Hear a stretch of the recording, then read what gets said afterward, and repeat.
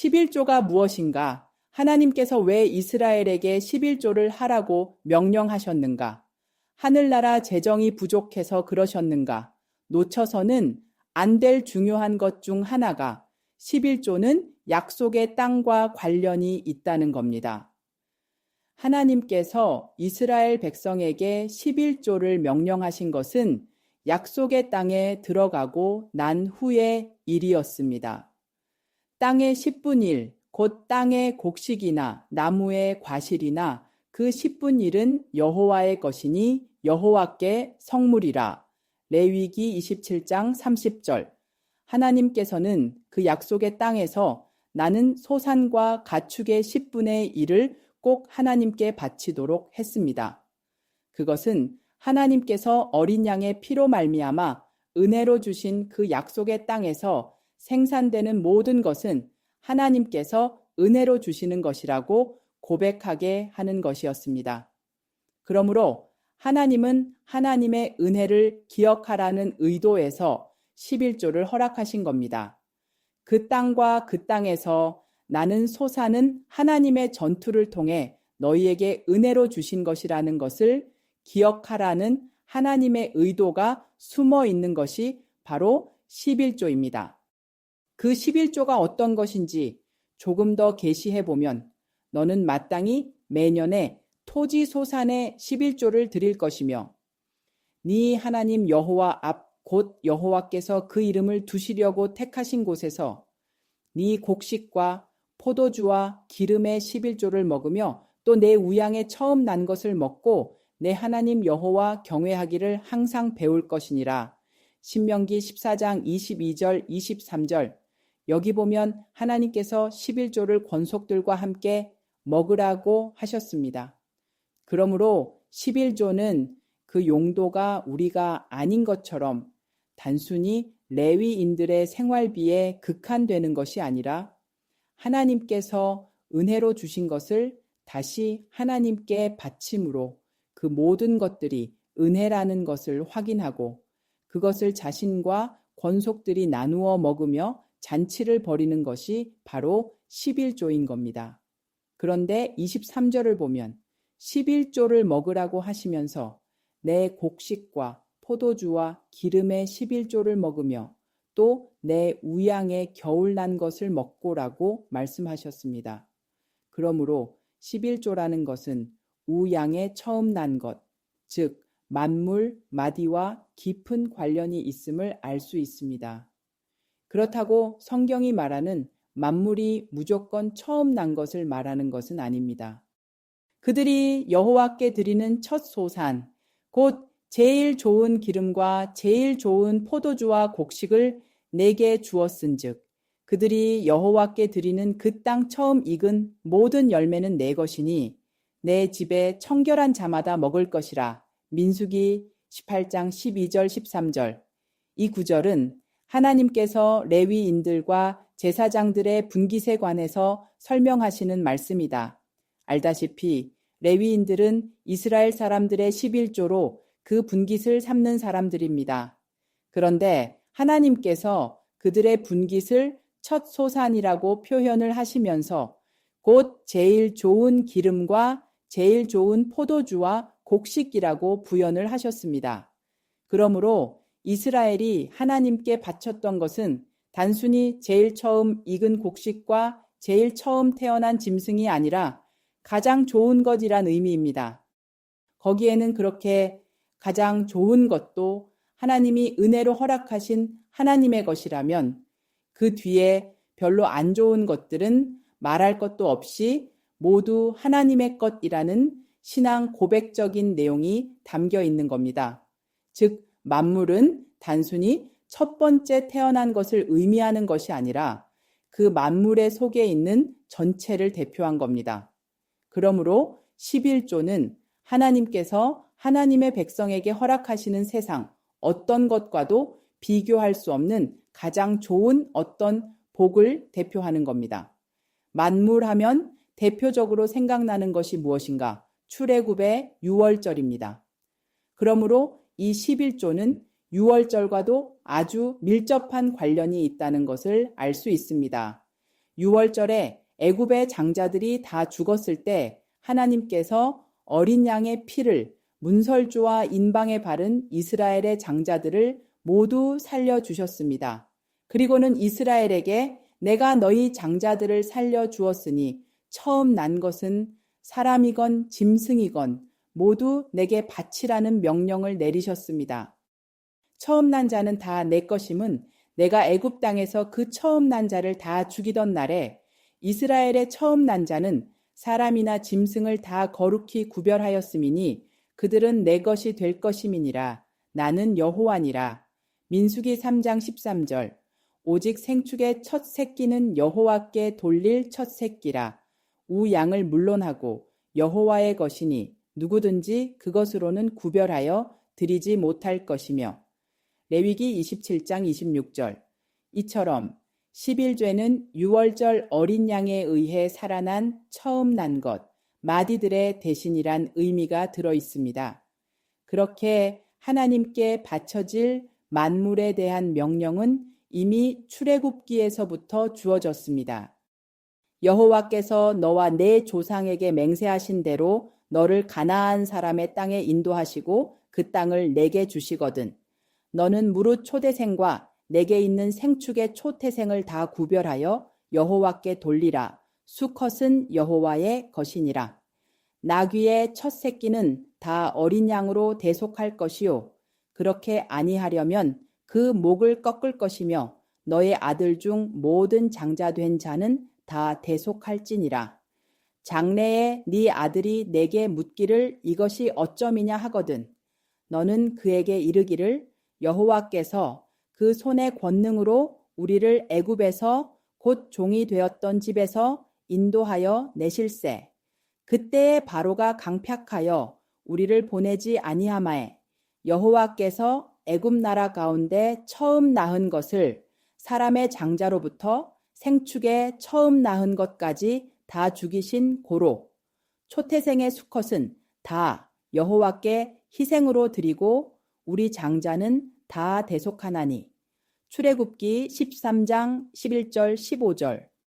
하나님께서 나귀는 그냥 안 받으시겠다고 하셨고 나귀는 어린 양으로 대신 바치라고 하셨습니다. 만일 그 나귀를 대신할 어린 양이 없으면 나귀는 목이 꺾여 죽게 됩니다. 이게 무엇을 상징하고 있는가? 우리 죄인들은 우리를 대속하신 어린 양이 없었다면 모두 목이 꺾여 죽을 수밖에 없는 운명이었다는 것을 보여주는 겁니다. 이렇게 만물은 어떤 것을 대표하며 대신하는 대속의 효능이 있는데 11조가 바로 그것을 내용으로 담고 있습니다. 그런데 하나님께서 이스라엘의 장자들 대신에 한 지파를 선택하셔서 전체 이스라엘 지파를 대표해서 장자로 삼으셨습니다. 그게 레위 지파입니다. 레위 지파는 하나님께 전체 이스라엘을 대신해서 바쳐진 대속물이기 때문에 약속의 땅에서 기업을 받지 못합니다. 그래서 이스라엘에는 야곱의 12아들 중 요셉의 2아들이 각각 한 지파씩을 이루었기 때문에 원래 이 므낫세와 에브라임 지파를 포함하면 13지파임에도 불구하고 레위 지파는 약속의 땅에서 지파로서의 이름을 상실해 버리기 때문에 이스라엘은 12지파가 된 겁니다. 그러므로 레위 지파는 나머지 12지파를 대신해서 하나님을 섬기는 희생 제물로 바쳐진 겁니다. 여호와께서 또 모세에게 이르시되 이스라엘 자손의 처음 난 남자를 1개월 이상으로 다 계수하여 그 명수를 기록하라. 나는 여호와라. 이스라엘 자손 중 모든 처음 난 자의 대신에 레위인을 내게 돌리고 또 이스라엘 자손의 가축 중 모든 처음 난 것의 대신에 레위인의 가축을 내게 돌리라. 민수기 3장 40절 41절. 그러므로 레위 지파는 이스라엘 전체를 대표해서 하나님께 바쳐진 대속물인 겁니다. 하나님은 이스라엘 전체를 하나님의 장자로 여기시고 그들을 애굽에서 건지셔서 하나님의 자녀를 삼으시겠다는 교회를 향한 하나님의 구속의 약속을 어떻게 이루실 것인지를 레위인들을 이스라엘의 장자로 삼으셔서 하나님을 섬기게 하시는 것으로 모형으로 보여주시는 겁니다. 한 대속물이 하나님께 바쳐짐으로 나머지가 전부 복을 받게 되는 원리, 바로 예수 그리스도를 통한 구원을 그림으로 보여주시는 겁니다. 너는 바로에게 이르기를 여호와의 말씀에 이스라엘은 내 아들 내 장자라. 출애굽기 4장 22절. 분명 이스라엘 전체를 장자라고 부르셨습니다. 레위 지파만이 아닙니다. 레위 지파는 그 전체 이스라엘을 대표하고 있는 장자들인 겁니다. 이렇게 레위 지파 속에는 처음 난 것은 모두 하나님의 것이라는 장자의 개념과 어떤 무리를 대표하여 대속하는 만물의 개념이 겹쳐 있습니다. 그러므로 레위 지파는 전체 이스라엘 민족의 11조로 하나님께 드려진 겁니다. 즉 11조는 하나님께서 약속의 땅에서 이스라엘에게 하나님의 은혜를 기억하게 하려는 의도에서 명령하신 율법입니다. 하나님의 전적인 은혜로 복을 받은 이스라엘이 그 하나님의 은혜에 대한 확실한 신앙 고백으로 11조가 드려지는 겁니다. 그리고 온전한 11조가 하나님께 드려졌을 때 하나님은 하나님을 알아보고 인정하며 순종하는 그것을 기뻐하시며 이스라엘에게 복을 부어주시는 그러한 복의 순환을 11조가 담고 있습니다. 마찬가지로 레위 지파도 하나님께서 이스라엘의 은혜로 복을 주셨으며 또 주실 것이라는 것의 표징으로 하나님 앞에 드려진 지파인 겁니다. 그래서 레위 지파가 제사를 잘 지내면 이스라엘 전체가 약속의 땅에서 복을 받게 되는 것이고 레위 지파가 제사를 잘못 드리면 하나님 섬기는 일을 소홀히 한 것이므로 이스라엘 전체가 벌을 받는 겁니다. 그러므로 11조는 하나님께 바쳐진 제물임과 동시에 자신이 대표하고 있는 사람들의 죄를 대속하는 제사를 지내는 제사장의 역할을 동시에 포함하고 있습니다. 11조 안에는 그 두 가지 내용이 다 들어가 있습니다. 그러니까 11조가 약속의 땅에서 하나님께서 주시는 모든 것은 하나님의 것이라는 하나님의 은혜에 대한 신앙 고백인 것처럼 레위인들이 하나님께 구별되어 바쳐진 것, 또한 그 레위인들의 희생으로 말미암아 온 이스라엘이 복을 받게 된다는 구속사 전체가 그 안에 들어 있습니다. 이처럼 11조는 단순히 물질적인 소득의 10분지 1을 하나님께 떼어 바친다는 것이 아니라 그 안에는 아주 중요한 11조의 정신이 들어 있습니다. 신명기 14장 24절에서 29절을 보면 그러나 네 하나님 여호와께서 그 이름을 두시려고 택하신 것이 내게서 너무 멀고 행로가 어려워서 그 풍부하 주신 것을 가지고 갈 수 없거든. 그것을 돈으로 바꾸어 그 돈을 싸서 가지고 네 하나님 여호와의 택하신 것으로 가서 무릇 내 마음에 좋아하는 것을 그 돈으로 사도의 우양이나 포도주나 독주 등 무릇 내 마음에 원하는 것을 구하고 거기 내 하나님 여호와의 앞에서 너와 내 권속이 함께 먹고 즐거워할 것이며 네 성읍에 거하는 레위인은 너희 중에 분깃이나 기업이 거하는 자니 또한 저버리지 말지니라. 매 3년 끝에 그해 소산의 10분 1을 다 내어 네 성읍에 저축하여 너희 중에 분깃이나 기업이 없는 레위인과 네 성중에 우거하는 객과 및 고아와 과부들로 와서 먹어 배부르게 하라. 그리하면 네 하나님 여호와께서 너희 손으로 하는 범사에 내게 복을 주시리라. 이렇게 11조는 단순히 소득의 10분의 1을 하나님께 바친다는 것보다 하나님께서 은혜로 허락하신 것이 다시 그 하나님께 바쳐진 것을 또 다시 받아서 먹으며 즐기는 겁니다. 단순히 바치는 것이 목적이라면 성전이 아무리 멀어도 끝까지 끌고 와야 합니다. 그래야 맞습니다. 그런데 하나님은 성전이 너무 멀면 그 11조를 팔아서 너희가 제일 먹고 싶은 것을 사라. 그리고 그것을 권속들과 함께 먹으라 하셨습니다. 그러므로 11조는 하나님의 은혜를 누리고 즐기는 데 진정한 의미가 있습니다. 우리가 단순히 11조를 내게 주신 소득의 10분의 1을 바치는 것이라고 정의를 하는 것은 하나님께서 우리에게 은혜로 허락하시는 것이 이 땅의 물질뿐이라는 이 세상의 시대 정신이 낳은 악마적인 발상인 겁니다. 정말 하나님이 우리에게 주시는 것이 단순인 물질뿐인가? 이 11조가 담고 있는 것을 좀 더 정확하게 이해를 하려면 최초의 11조가 드려졌던 창세기를 가봐야 합니다.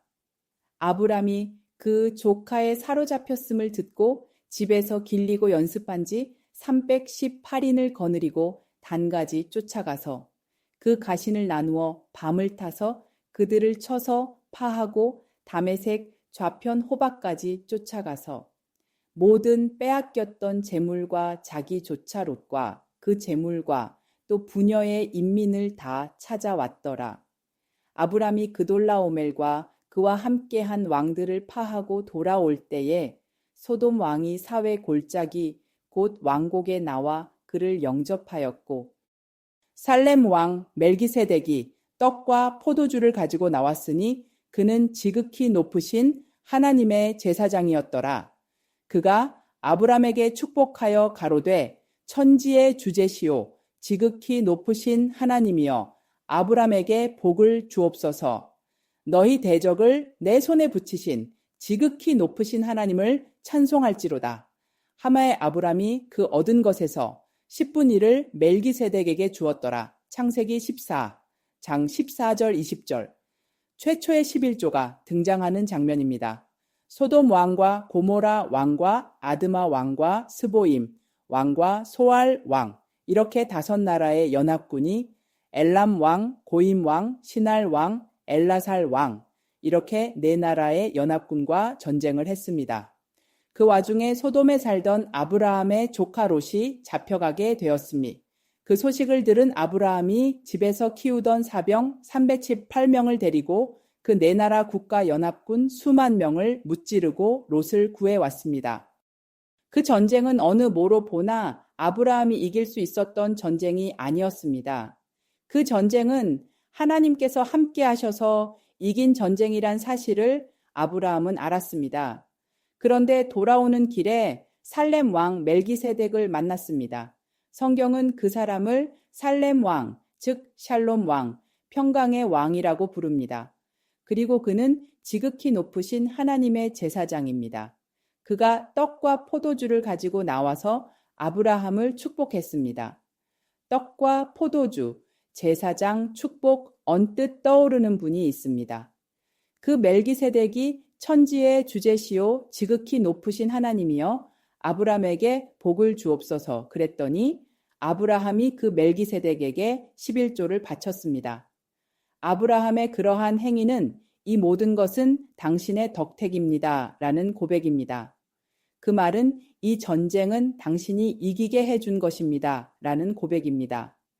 그래서 자신의 소유의 10분의 1을 멜기세덱에게 바친 겁니다. 그것을 어떻게 알 수 있는가? 시편 110편에 나와 있습니다. 그런데 창세기 본문을 보면 그 멜기세덱 왕은 왕이면서 제사장이라고 한다. 원래 왕은 힘을 가지고 전쟁을 치르고 정치를 하는 사람이고 제사장은 뒤에서 그 왕의 승리를 위해 제사를 지내고 기도를 하는 사람이다. 그런데 그 살렘 왕 멜기세덱은 왕이면서 제사장이다. 그 말은 그 살렘 왕 멜기세덱은 제사장의 일, 즉 제사를 지내는 것 자체로 왕의 역할을 하는 사람이란 뜻이다. 그러므로 그는 힘으로 전쟁을 하고 다스리는 사람이 아니라 하나님께 제물을 바쳐 제사를 지내는 것 자체로 승리를 이끌어내고 왕국을 다스리는 자라는 뜻이다. 그게 누구인가? 거기에 대한 답이 시편 다윗의 시에 있다. 여호와께서 내 주에게 말씀하시기를 내가 내 원수로 내 발등상 되게 하기까지 너는 내 우편에 앉으라 하셨도다. 여호와께서 시온에서부터 주의 권능의 호를 내어 보내시리니 주는 원수 중에서 다스리소서. 주의 권능의 날에 주의 백성이 거룩한 옷을 입고 즐거이 헌신하니 새벽 이슬 같은 주의 청년들이 죽게 나오는도다. 여호와는 맹세하고 변치 아니하시리라 이르기를 너는 멜기세덱의 반차를 조차 영원한 제사장이라 하셨도다. 주의 우편에 계신 주께서 그 노하시는 날에 열왕을 쳐서 파하실 것이라. 읽고 시편 110편에서 하나님께서 다윗을 데리고 전쟁을 하셨습니다. 그런데 다윗은 그 전쟁의 승리는 주의 우편에 계신 주님, 그러므로 예수 그리스도의 전쟁이며 그분이 반드시 열왕을 쳐서 파하고 승리하신다는 고백을 했습니다. 그런데 그분이 어떤 분이신가 하면 멜기세덱의 반차를 좇은 영원한 제사장이시라는 겁니다. 그러므로 하나님 우편에 앉아 계신 예수 그리스도께서 창세기의 멜기세덱과 같은 일을 하신다는 겁니다. 즉 창세기의 멜기세덱은 십자가라는 제사로 영원한 승리를 만들어내시는 왕이요 제사장이신 예수 그리스도를 상징하는 인물입니다. 그러므로 11조 자체가 바로 예수 그리스도의 십자가임을 알아야 합니다.